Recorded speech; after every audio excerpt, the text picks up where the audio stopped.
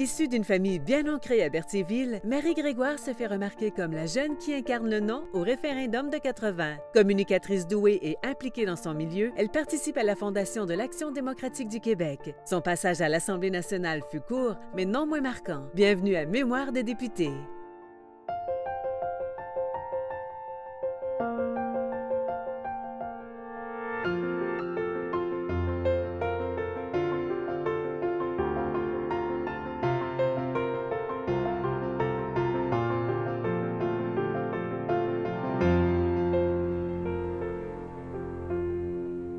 Bonjour, Madame Grégoire. Bonjour. Bienvenue à Mémoire des députés. Bien, merci pour l'invitation. Vous êtes né à Berthierville. Parlez-nous de votre enfance dans cette région. Ah, bien, Berthierville, c'était l'endroit où ma famille a ses racines. Hein. Alors, c'est important pour moi, Berthier, parce que, c'est ça, mon grand-père avait une entreprise là, après ce qui avait été fondé par son frère et son beau-frère et lui-même. Fait que c'était la Richard. Fait que c'est comme là où j'ai commencé à travailler. Mais c'est aussi la rue Frontenac, sur le bord de l'eau, dans la maison qui est une maison qui s'est passée de génération en génération. La maison dans laquelle moi j'ai grandi, c'était la maison qui appartenait au grand-père de mon père, Magloire Aubin, qui avait été très engagé dans la communauté. C'était un notaire, c'était le greffier de la ville. Alors, il y a comme beaucoup d'ancrage pour moi à Berthierville. Donc, c'est à la fois mon travail, ça va être mon travail aussi pendant plusieurs années, mais c'est aussi toutes mes racines. Avez-vous aussi une famille politisée? Ah, bien oui. C'est mon lieu d'engagement aussi. Tu sais, la région de la Naudière, Berthier, tout ça, c'est le lieu d'engagement où ma famille a donc redonné à la communauté. Moi, c'est comme ça que j'ai grandi. J'ai été élevée en me faisant dire que il fallait toujours redonner, partager. Et donc, j'ai une maman qui était hyper impliquée à l'école, dans la communauté, tout ça. Mon père aussi, qui était autant engagé dans le sport que dans la politique. Il a été conseiller municipal, il a été maire et engagé en politique. Bien là, les deux étaient engagés en politique, si on regarde la politique québécoise. Là. Les deux étaient là sur le terrain. Mon père organisateur, ma mère responsable du bureau électoral. Je me souviens, mon premier souvenir de campagne électorale, je pense que c'est 76. Alors, les autres, là, mes parents étaient très engagés, mais je n'ai pas autant de souvenirs. 76, je suis allée aider et je voulais faire des téléphones. Puis ma mère me disait, non, tu as une voix trop jeune. Alors, finalement, bien, je préparais des enveloppes pour des envois puis des choses comme ça. J'allais passer des dépliants. Alors, pour moi, c'est vraiment mes premières armes d'engagement politique.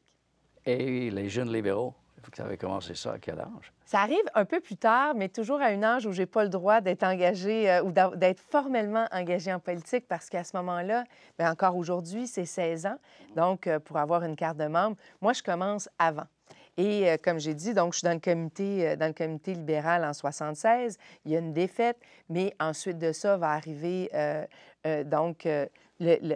le référendum, mais un peu avant même la présence du Parti libéral du Québec dans le comté de Berthier, tout ça. Je veux être sur l'exécutif, mais je peux pas normalement. Alors, je m'engage en faisant le journal du Parti libéral du Québec dans le comté de Berthier. On appelle ça le Libertois.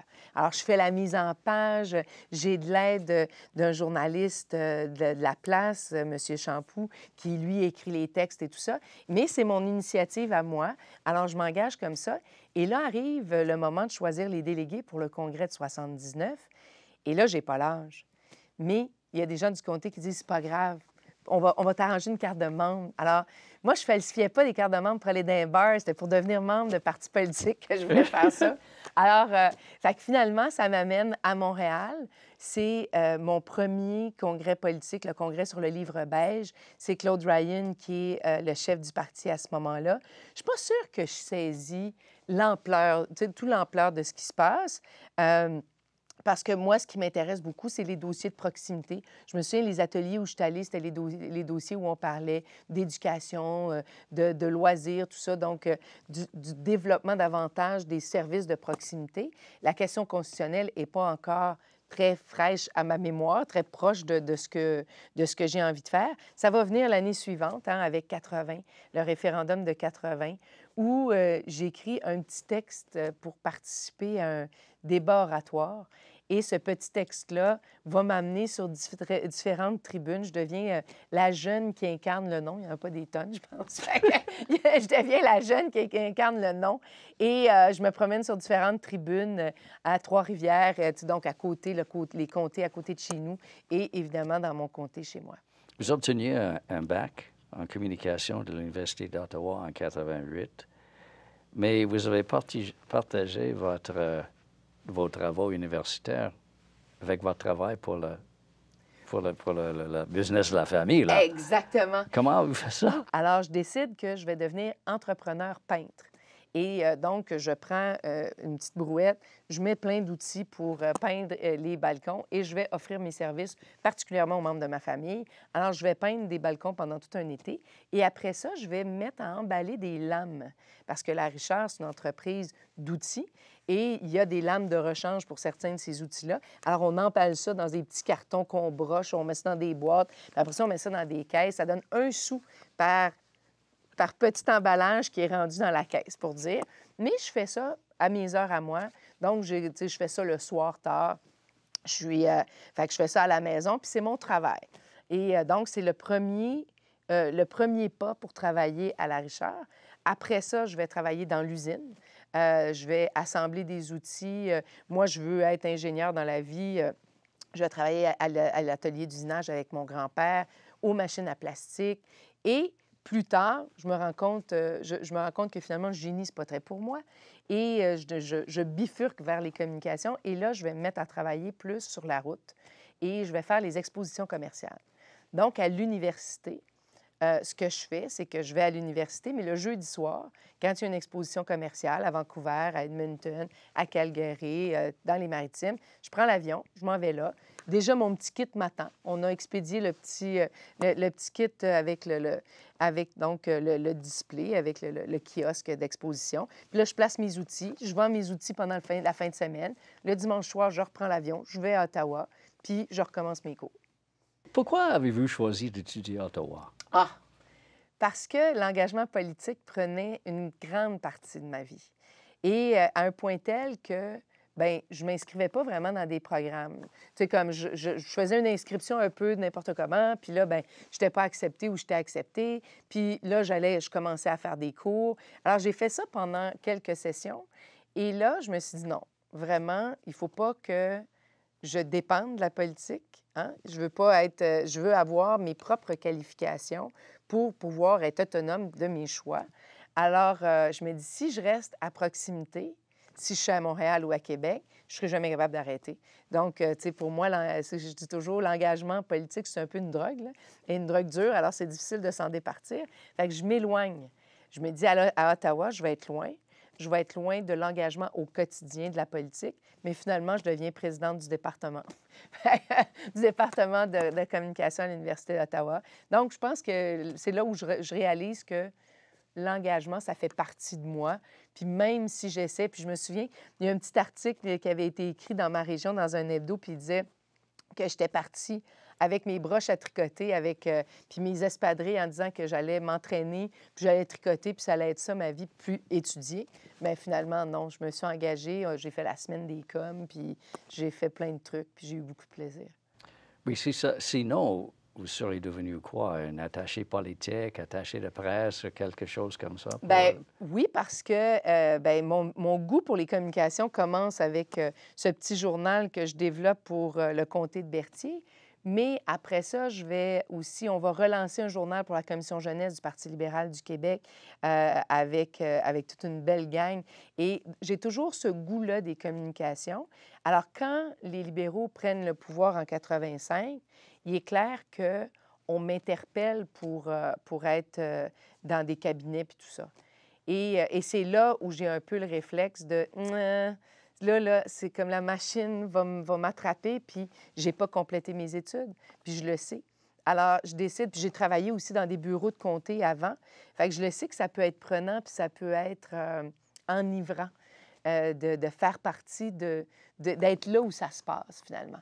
Fait que c'est pour ça que je décide de me pousser. Vous étiez très impliqué dans votre communauté tout le temps que votre carrière évoluait. C'est même quand vous étiez presque temps plein hein, chez Bell ou chez Oui, IBM. Tout à fait. Les deux. Oui. Et comment est-ce que votre pensée politique a évolué pendant ce temps-là? Bien, l'engagement dans la région a commencé par de l'engagement économique. J'ai été membre de la Corporation de développement économique. Ensuite de ça, j'ai été membre de ce qu'on a appelé les conseils régionaux de développement, qui sont après ça devenus les CRE, qui après ça ont été abolis.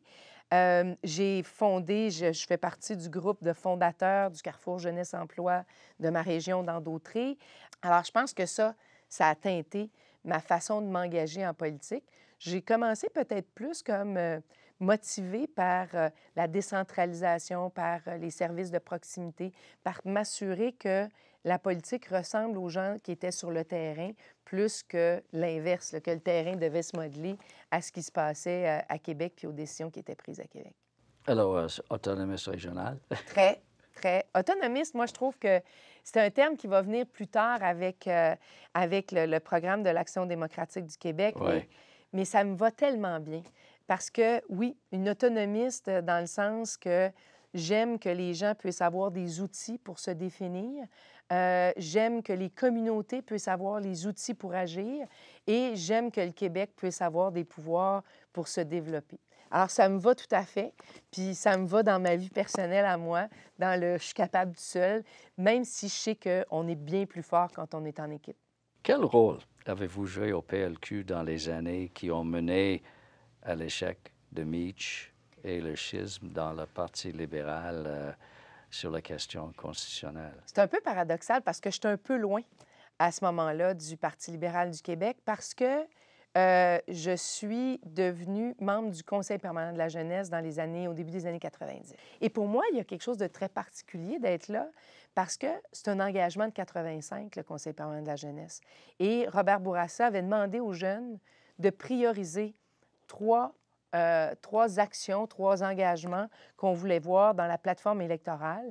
Et les jeunes vont prioriser à ce moment-là la création du Conseil permanent de la jeunesse, le gel des frais de scolarité et la parité pour l'aide sociale.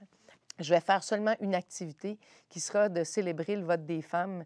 Je vais animer un événement au Parti libéral du Québec au Conseil général, mais à part ça, je n'aurai pas d'engagement autre que ça. Alors, je vais travailler sur les dossiers jeunesse avec l'équipe du Conseil, mais j'ai mon entreprise à ce moment-là et j'ai un mandat de la commission jeunesse de cette époque-là, donc de l'époque Mario Dumont et toute l'équipe, et c'est de faire les affiches des congrès jeunes. Alors, je fais ça. Et à un moment donné, donc, quand arrive le PEPS, donc le vote autour du rapport à l'air, puis de l'après-Meach, puis tout ça, là, je suis en contact avec les jeunes, puis je leur dis, je trouve ça vraiment extraordinaire ce que vous faites, vous avez de la colonne, puis je suis d'accord avec vous. Ce qui fait en sorte que là, on entreprend un certain dialogue, et quand l'équipe de M. Allaire et de Mario Dumont décide de créer le groupe Réflexion Québec, on m'appelle. Et c'est comme ça que je vais devenir une des actrices de la création de l'Action démocratique du Québec. C'est parce que je serai sur un des comités de Réflexion Québec et je serai aussi active dans le Forum Option Jeunesse, qui est un peu le pendant de Réflexion Québec pour les jeunes. Alors, je vais être très active dans ces 2 mouvements de réflexion-là qui vont mener à la naissance de l'ADQ. Alors, la politique est venue vous chercher. Bien, je pense que c'est ça. C'est comme on n'arrive pas à s'en sauver. À chaque fois qu'on essaie, ça ne marche pas. Mais c'est à ce moment-là que l'ADQ est devenue l'alternative pour vous? Parce que ça veut dire pour moi, avec Meach, là, c'est ça. Pour Ouais. moi, Meach, c'était... la fin de Meach, le « quoi qu'on dise, quoi qu'on fasse » de Robert Bourassa est déterminant. Parce qu'on l'a dit, là, j'étais engagée en 80. Là, moi, là, je croyais au Canada. Je pensais que je pensais que la fédération pouvait fonctionner et que le Québec pouvait avoir sa place. À partir de là, j'ai de la difficulté je trouve que le reste du Canada est très rigide face au Québec. Le Québec qui n'est pas signataire de 82. Là, il y a comme une sédimentation d'affaires qui arrive, puis là, ça fait comme « wow ». Et donc, j'ai l'impression que après Charlottetown, donc il va y avoir l'échec de Meach, après ça, il y a le référendum de Charlottetown.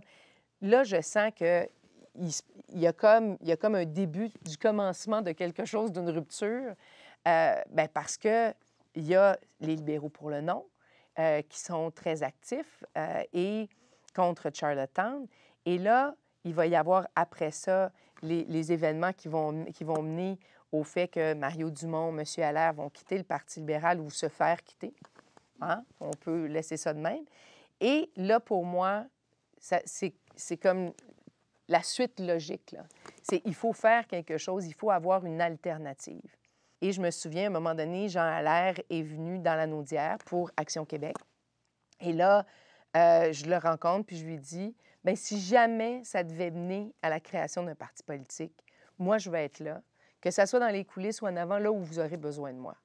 Et c'est des paroles qui vont me suivre pendant 10 ans, parce que je serai là, dans les coulisses ou en avant, là où on me demandera d'être. Et c'est comme ça que j'ai été présidente du Congrès de fondation de l'Action démocratique du Québec. Oui, et Mario Dumont parle beaucoup de vous à ce moment-là, de votre contribution à la formation de la pensée d'un parti politique. Comment est-ce qu'on fait ça?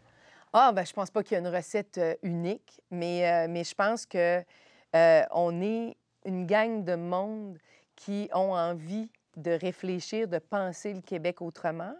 On a une énergie vraiment créative, super. On s'inspire on va voir ce qui se passe ailleurs. Il y a des jeunes qui sont encore sur les bancs comme de certaines universités. Il y en a d'autres qui travaillent. Alors, on amène, je pense, une réflexion. Et il y a aussi toute une gang de seniors qui sont là, qui ont contribué. M. Allaire est là. Puis, donc, il y a des gens fort intéressants.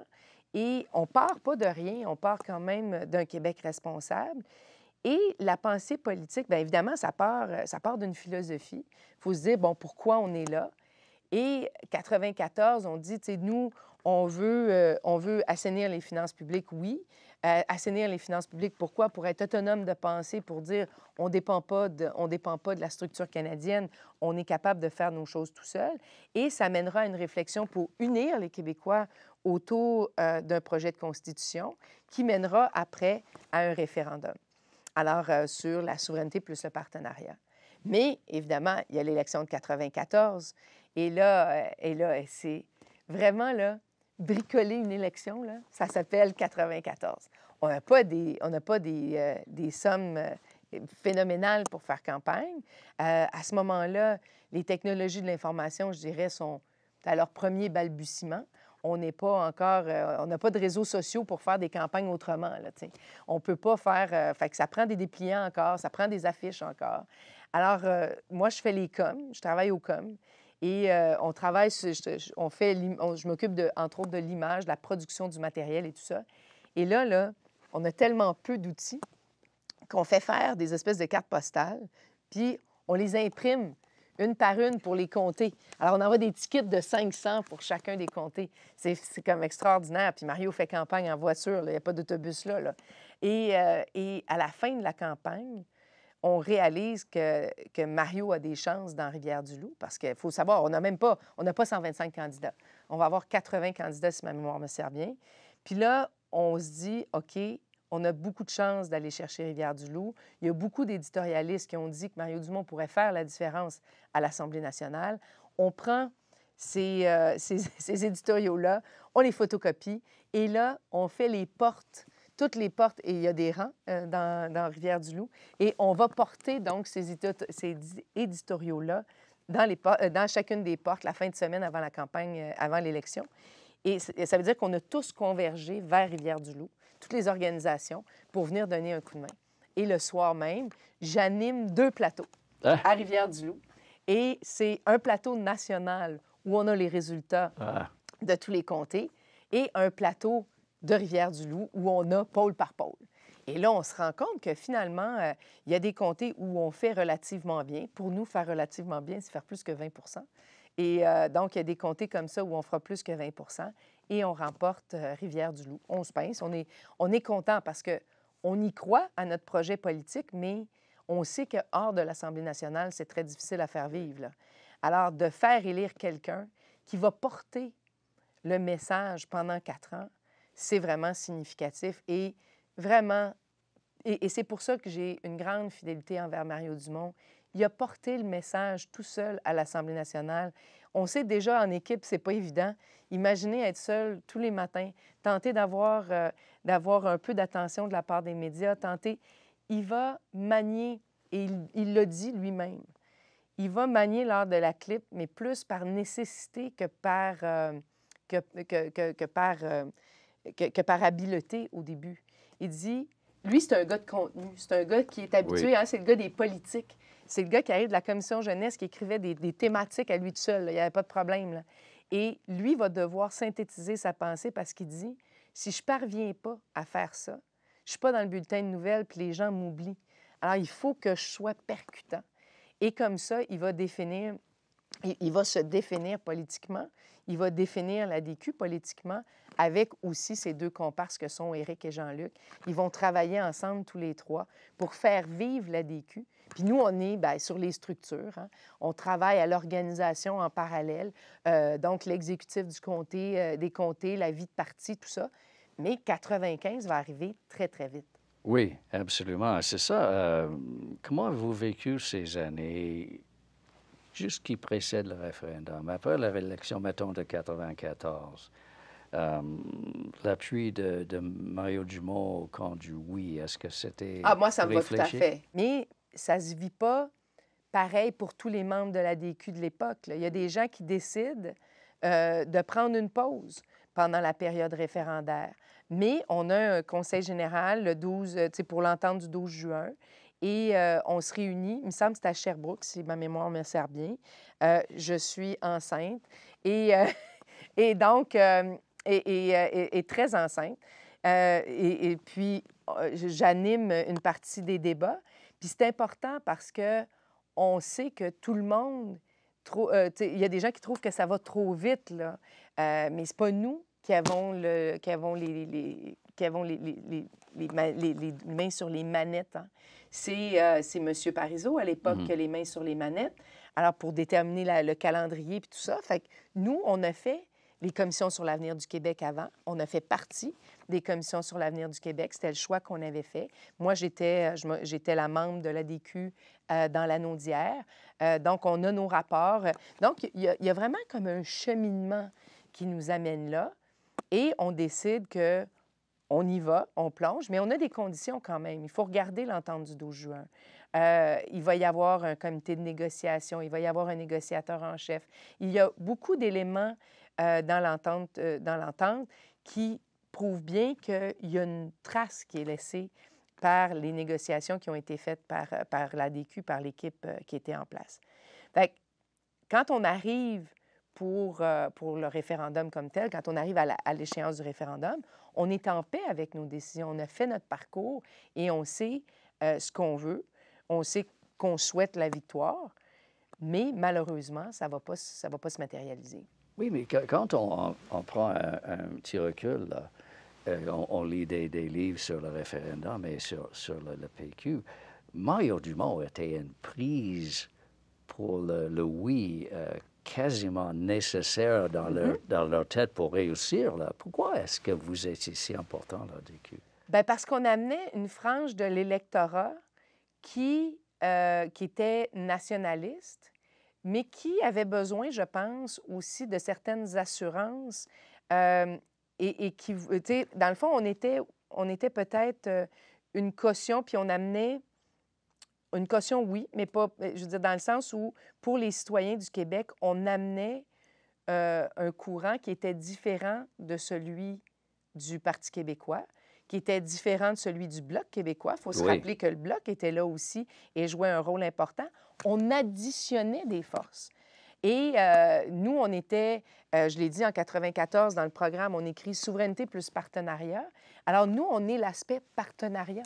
On amène cette partie-là de l'équation. On scelle ça, si on veut.